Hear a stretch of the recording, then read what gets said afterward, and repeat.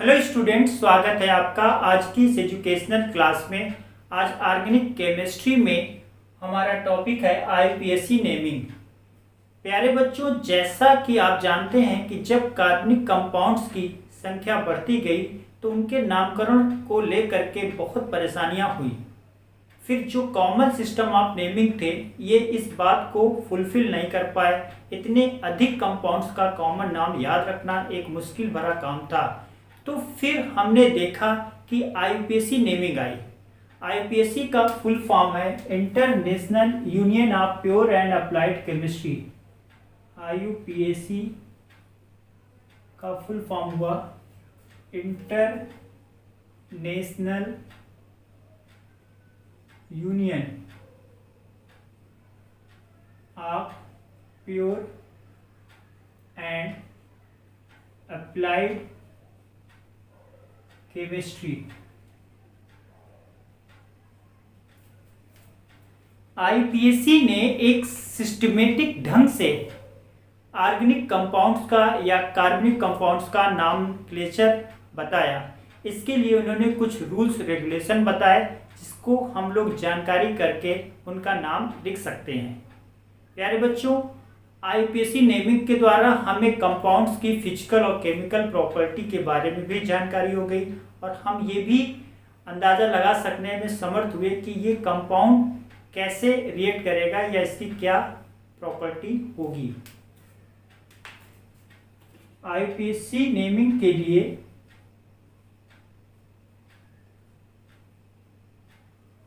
हमें तीन चीज़ें जाननी चाहिए। एक प्रीफिक्स,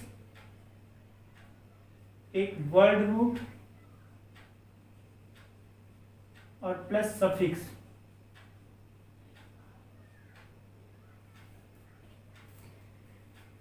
बच्चों, अगर हम किसी कंपाउंड का ऑर्गेनिक कंपाउंड का आईपीएसी नेम लिखते हैं तो हमें तीन चीज़ों की जानकारी होनी चाहिए, जिसमें एक है प्रीफिक्स, दूसरा वर्ड रूट और तीसरा सफिक्स। प्रीफिक्स क्या होता है? जो नाम में सबसे पहले लिखा जाए। इसमें हम लोग ये कह सकते हैं इसकी वैलेंसी शॉर्टेज होती है 1 से। हमेशा ये कॉर्नर्स पर ही जुड़ते हैं। कई तरह के प्रीफिक्स हैं, जैसे हेलोजन। हेलोजन में फ्लोरो, क्लोरो, ब्रोमो, आयोडो प्रीफिक्स हैं। ऐसे एल्किल ग्रुप, एल्कॉक्सी ग्रुप, ये सारे प्रीफिक्स में हैं। तो पहले हम लोग स्टडी करेंगे प्रीफिक्स के बारे में।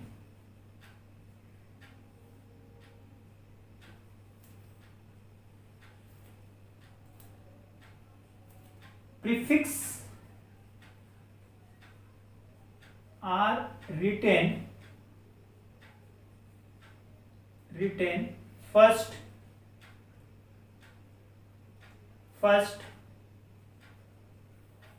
in naming। IUPAC naming. Prefix को हम सबसे पहले आईपीएसी नेमिंग में लिखेंगे। अच्छा, इसमें हम कुछ तरह की प्रीफिक्स हैं, जैसे कि हम लोग बात कर रहे हैं हेलोजन की। हेलोजन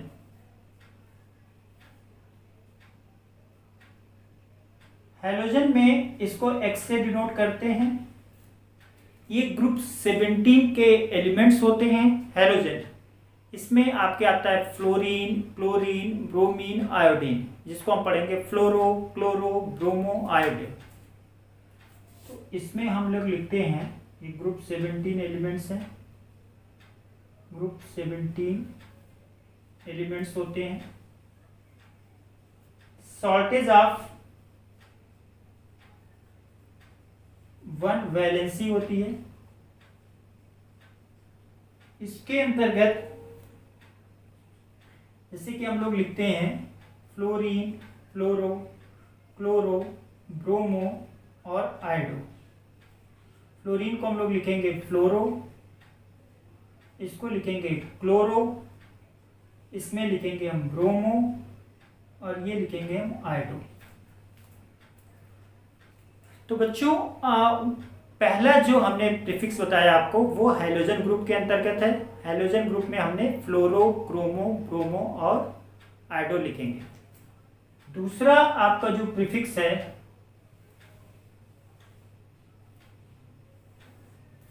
वो है एल्किल ग्रुप।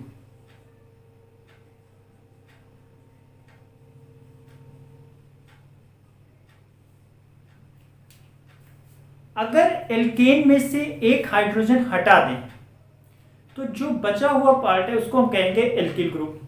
इसमें हम एन हटा के वाई जोड़ देते हैं। If one hydrogen atom is removed from alkane then rest part is called alkyl group।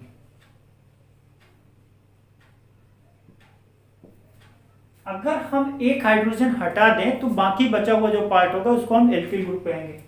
कैसे? जैसे एल्केन होता है आपका, एल्केन का जो फार्मूला है वो है CnH2n+2। अब इसमें से एक हाइड्रोजन हम हटा दें तो क्या बन जाएगा? एल्किल। इसका क्या हो जाएगा? इसका हो गया CnH2n+1। एग्जाम्पल के लिए अगर मेथेन है, एक हाइड्रोजन हटाएंगे तो मेथिल। एथेन है, एक हाइड्रोजन हटाएंगे तो एथिल। जैसे मेथेन से बना आपका मेथिल, एथेन से बना एथिल। ऐसे ही प्रोपेन से बनेगा प्रोपिल, C3H7। तो ये हो गया आपका मेथिल। अच्छा, यहां पर एन हटा करके वाई जोड़ते हैं, ये याद रखना है। एथेन से क्या बना आपका? एथिल। प्रोपेन से बना प्रोपिल। ऐसे हम बना सकते हैं। ऐसे ही अगर आप बात करें, बेंजीन है, बेंजीन से एक हाइड्रोजन अगर हटाएंगे तो उसको बोलते हैं फेनिल। तो फेनिल क्या होता है? C6H5। इसको हम क्या बोलेंगे? फेनिल। फेनिल, इसको हम ऐसे भी लिख सकते हैं,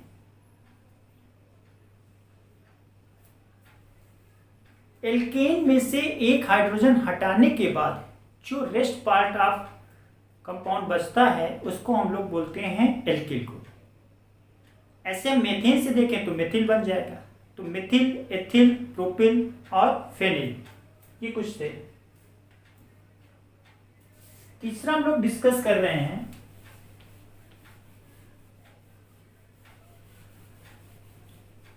एल्कोक्सी ग्रुप।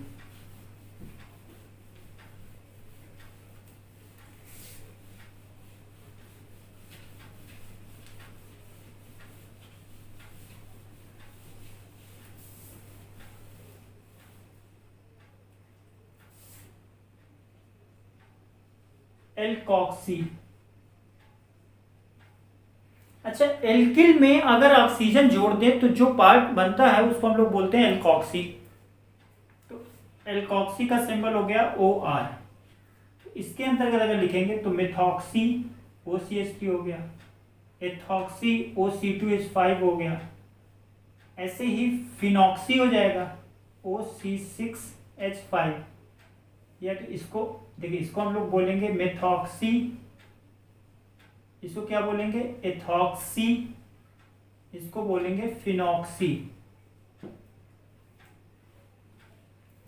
तो ये हुआ फिनॉक्सी को हम शॉर्ट में ऐसे भी लिख सकते हैं, ये हुआ फिनॉक्सी। ये एक वैलेंसी सॉल्ट है। तो मेथॉक्सी, एथॉक्सी और फिनॉक्सी। ऐसे अगर प्रोपिल से बनाएंगे तो प्रोपॉक्सी। तो ऑक्सी वर्ड लगाने पे बनता है। अच्छा, फोर्थ आपका है, अगर NO2 ग्रुप है कहीं पर तो उसके लिए हम लोग लिखेंगे नाइट्रो। इसी तरह से अगर क्लोज चेन स्ट्रक्चर हो, क्लोज चेन स्ट्रक्चर हो तो उसके लिए हम लोग क्या यूज करेंगे? Cyclo word. For close chain structure, chain structure use word cyclo. Close chain के लिए हम लोग क्या इस्तेमाल करेंगे? साइक्लो इस्तेमाल करेंगे। प्यारे बच्चों, इसी तरह से कभी कभी ये होता है कि एक से अधिक फंक्शनल ग्रुप प्रेजेंट हो। जब एक से अधिक फंक्शनल ग्रुप प्रेजेंट होगा तो जो कम ताकतवर है, लेस पावरफुल कंपाउंड जो होगा, फंक्शनल ग्रुप होगा, उसको हम लोग प्रीफिक्स मानेंगे। तो नेक्स्ट है हमारा, if more than one functional group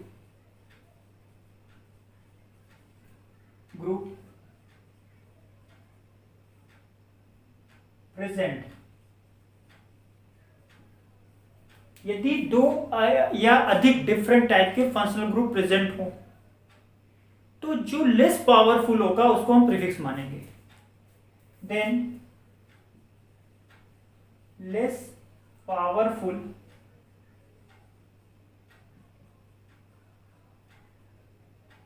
functional group, FG लिख दे रहा हूं, विल ट्रीटेड एज प्रीफिक्स। तो जो कम ताकतवर होगा उसको हम लोग क्या बोलेंगे? प्रीफिक्स। जैसे कि मान लीजिए कि कोई कंपाउंड होता है ये CH3COH और COOH, तो एसिड की तुलना में एल्कोहल लेस पावरफुल है। या हम मान लें CH3COCOOH, तो ये लेस पावरफुल है। तो यहां पर हम लोग OH को प्रीफिक्स के रूप में क्या लिखेंगे? हाइड्रोक्सी। हाइड्रोजन और ऑक्सीजन, तो क्या नाम हो गया? हाइड्रोक्सी। इसी तरह ये CO को हम लोग क्या लिखेंगे? ये कीटोनिक फंक्शनल ग्रुप है, लेकिन हमारा एसिड भी प्रेजेंट है। अब एसिड ज्यादा पावरफुल है, तो ये जो दूसरा वाला हो गया फंक्शनल ग्रुप, इसको हम प्रीफिक्स मानेंगे। इसको हम ऑक्सो या कीटो भी लिख सकते हैं। ऑक्सो या कीटो।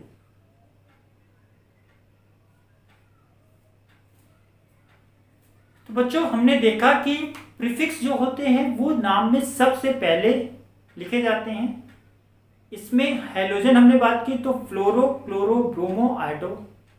एल्किल ग्रुप में मेथिल, एथिल या फेनिल। इसी तरह एल्कोक्सी है तो मेथॉक्सी, एथॉक्सी और फिनॉक्सी की बात की।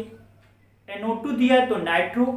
क्लोज चेन अगर कार्बनिक कंपाउंड है तो उसके लिए साइक्लो। हाँ, अगर एक से अधिक फंक्शनल ग्रुप प्रेजेंट है अलग अलग तरह के, तो जो लेस पावरफुल होगा उसके लिए हम लोग प्रीफिक्स मानेंगे। जैसे OH को हम लोग हाइड्रोक्सी कहेंगे, ऐसे CO को क्या बोलेंगे? ऑक्सो या कीटो।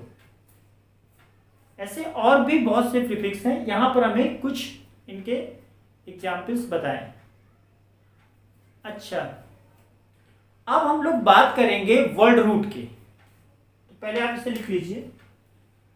तो बात करने जा रहे हैं वर्ड रूट।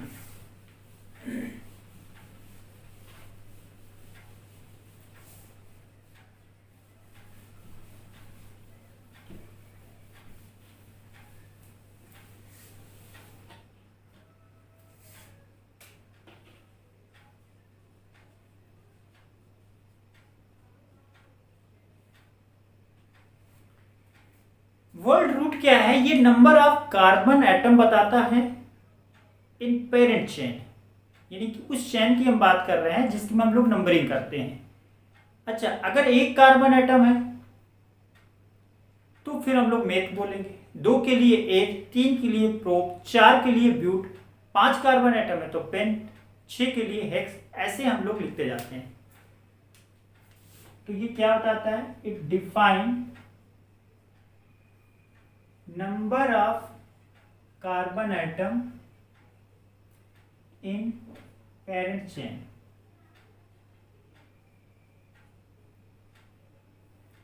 उसमें कितने कार्बन एटम है ये बताता है। जैसे अगर एक कार्बन एटम है तो उसको हम लोग लिखते हैं मेथ।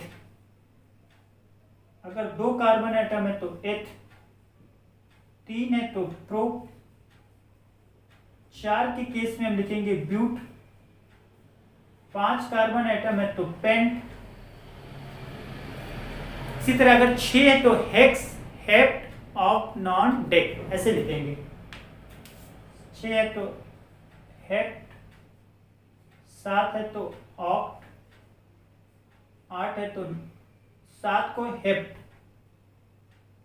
यहां से 6 के केस में बच्चों पेंट है तो फिर 6 के केस में हो गया हेक्स, यहां पर होगा हेप्ट, ये हो गया ऑक्ट। ऐसे ही अगर 9 है, 10 है, 11 है और 12 है तो 9 के केस में हम लोग लिखेंगे नॉन, 10 के केस में डेक। फिर अगर 11 या 12 कार्बन आइटम की चेन है तो फिर हम लोग अनडेक या डोडेक भी लिख सकते हैं, अनडेक और डोडेक। ऐसे हम लोग लिखते जाएंगे। 1 कार्बन है तो फिर मेथ, 2 के लिए एथ, ऐसे लिखेंगे मेथ, एथ, प्रो, ब्यूट, पेंट। 6 हो तो hex, hept, oct, non, deck. 11 carbon है तो हम लोग अनडेक, डोडेक ऐसे करके लिखेंगे वर्ड रूट। अब हम लोग चर्चा करने जा रहे हैं सफिक्स।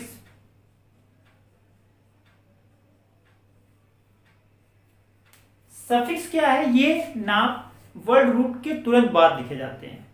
ये 2 तरह के हैं, प्राइमरी सफिक्स, एक सेकेंडरी सफिक्स। प्राइमरी सफिक्स क्या होता है? ये एन, इन, आइन, यानी अगर सिंगल बॉन्ड है तो एन, डबल बॉन्ड है तो इन और ट्रिपल बॉन्ड है तो आइन। सेकेंडरी सफिक्स में जो फंक्शनल ग्रुप है उस हिसाब से हम लोग सफिक्स लगाएंगे। तो सफिक्स क्या होते हैं? Which added just after the name of word root. Word root के बाद लिखे जाएंगे। यह तो हम कह सकते हैं रिटन एट लास्ट, या ये भी लिख सकते हैं आर, इसको ऐसे भी लिख सकते हैं कि रिटन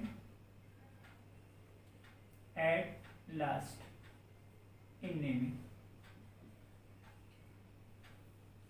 नेमिंग में लास्ट में इनको हम लोग लिखेंगे। अब इसमें 2 तरह के हैं, तो एक आपका हुआ प्राइमरी सफिक्स। प्राइमरी सफिक्स में आपके हैं जैसे कि अगर सिंगल बॉन्ड है, डबल बॉन्ड प्रेजेंट है सारे कार्बन कंपाउंड, या ट्रिपल बॉन्ड है। तो सिंगल बॉन्ड का मतलब सारे कार्बनिक कंपाउंड सिंगल बॉन्ड से जुड़े हैं। एटलीस्ट अगर एक डबल बॉन्ड है या ट्रिपल बॉन्ड है, सिंगल बॉन्ड में हम लोग लिखेंगे एन, डबल बॉन्ड के केस में इन, ट्रिपल बॉन्ड के केस में आइन। एन, इन, आइन, सिंगल बॉन्ड में एन, डबल बॉन्ड में इन और ट्रिपल बॉन्ड में आइन। ठीक, अब हम लोग चर्चा करेंगे सेकेंडरी सफिक्स। पहले आप इसे लिख लीजिए, हम लोग डिस्कस करेंगे सेकेंडरी सफिक्स।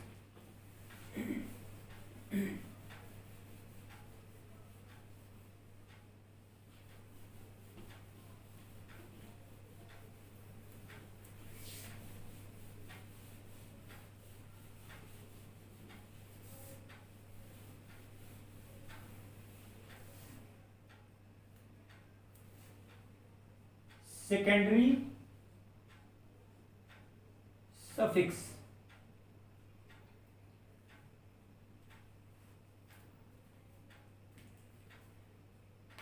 ये क्या डिनोट करते हैं? ये फंक्शनल ग्रुप को डिनोट करते हैं। जैसे अल्कोहल है तो OH लगा रहेगा, एल्डिहाइड है तो CHO लगा रहेगा, एसिड है तो COOH रहेगा।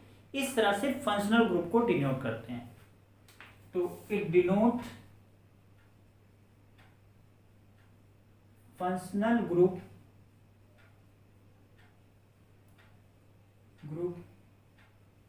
Present in organic compound. जैसे कि अगर हमारा एल्कोहल है या एसिड है, एसिड में हम लोग बात कर रहे हैं जैसे कार्बोक्सिलिक एसिड है या एल्डिहाइड है या एल्कोहल है या कीटोन है, एस्टर है, ऐसे हम लोग बात कर रहे हैं।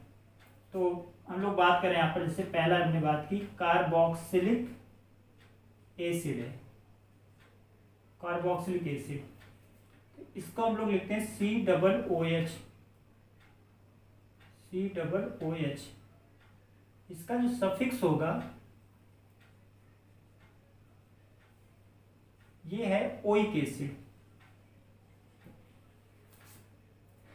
ऐसे ही अगर एसिड के डेरिवेटिव में हम बात करें, एमाइड है, तो एसिड का एमाइड अगर है, एसिड एमाइड, एसिड एमाइड का क्या होता है, CONH2 होता है। तो यहां पर जो सफिक्स लगेगा वो एमाइड ही लगेगा। ऐसे ही अगर एसिड का क्लोराइड है, अगर हम मान लें कि एसिड क्लोराइड है, एसिड क्लोराइड को क्या लिखेंगे, COCl। तो एसिड क्लोराइड को हम लोग लिखते हैं ऑयल क्लोराइड।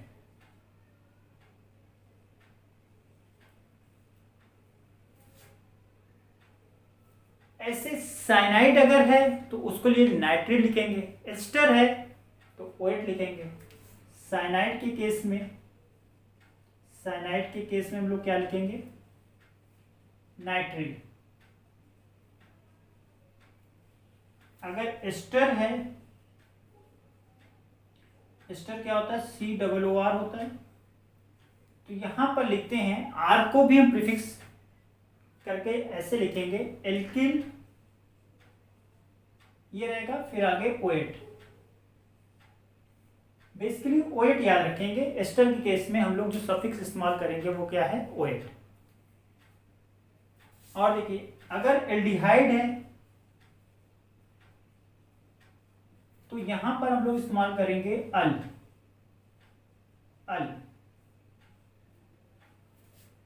कीटोन अगर है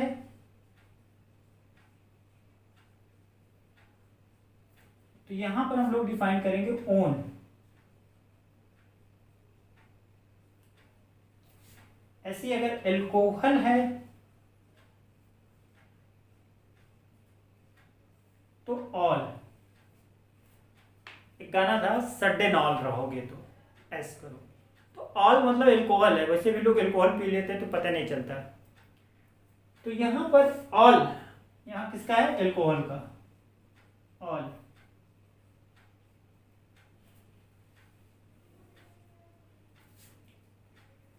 तो इस तरह से हम लोगों ने कुछ सफिक्स के बारे में चर्चा की। सफिक्स आपके दो तरह के थे, एक आपका था प्राइमरी, जिसमें हम लोग सिंगल बॉन्ड के केस में एन, डबल बॉन्ड के केस में इन और ट्रिपल बॉन्ड के केस में आइन लगाए। फिर सेकेंडरी सफिक्स आया। सेकेंडरी सफिक्स आपको क्या बताता है, फंक्शनल ग्रुप को बताता है कि फंक्शनल ग्रुप उसके अंदर कौन सा प्रेजेंट है, एसिड है या एसिड का डेरिवेटिव है। तो एसिड अगर है तो हम लोग ओइक एसिड लगाएंगे, एसिड का डेरिवेटिव है जैसे कि एमाइड है तो एमाइड लिखेंगे, साइनाइड के केस में नाइट्रिल, एस्टर है तो OH। हाँ, एल्डिहाइड अगर है तो यहाँ पर हम लोग अल लगाएंगे, कीटोन है तो ओन, और इसी तरह से अगर एल्कोहल है तो ऑल का यूज करेंगे। इसके पहले हम लोगों ने देखा कि प्रीफिक्स में हम लोग देखे कि 6 तरह के प्रीफिक्स हमने पढ़ा, जिसमें हाइड्रोजन केस में क्लोरो, ब्रोमो, फ्लोरो और आयोडो।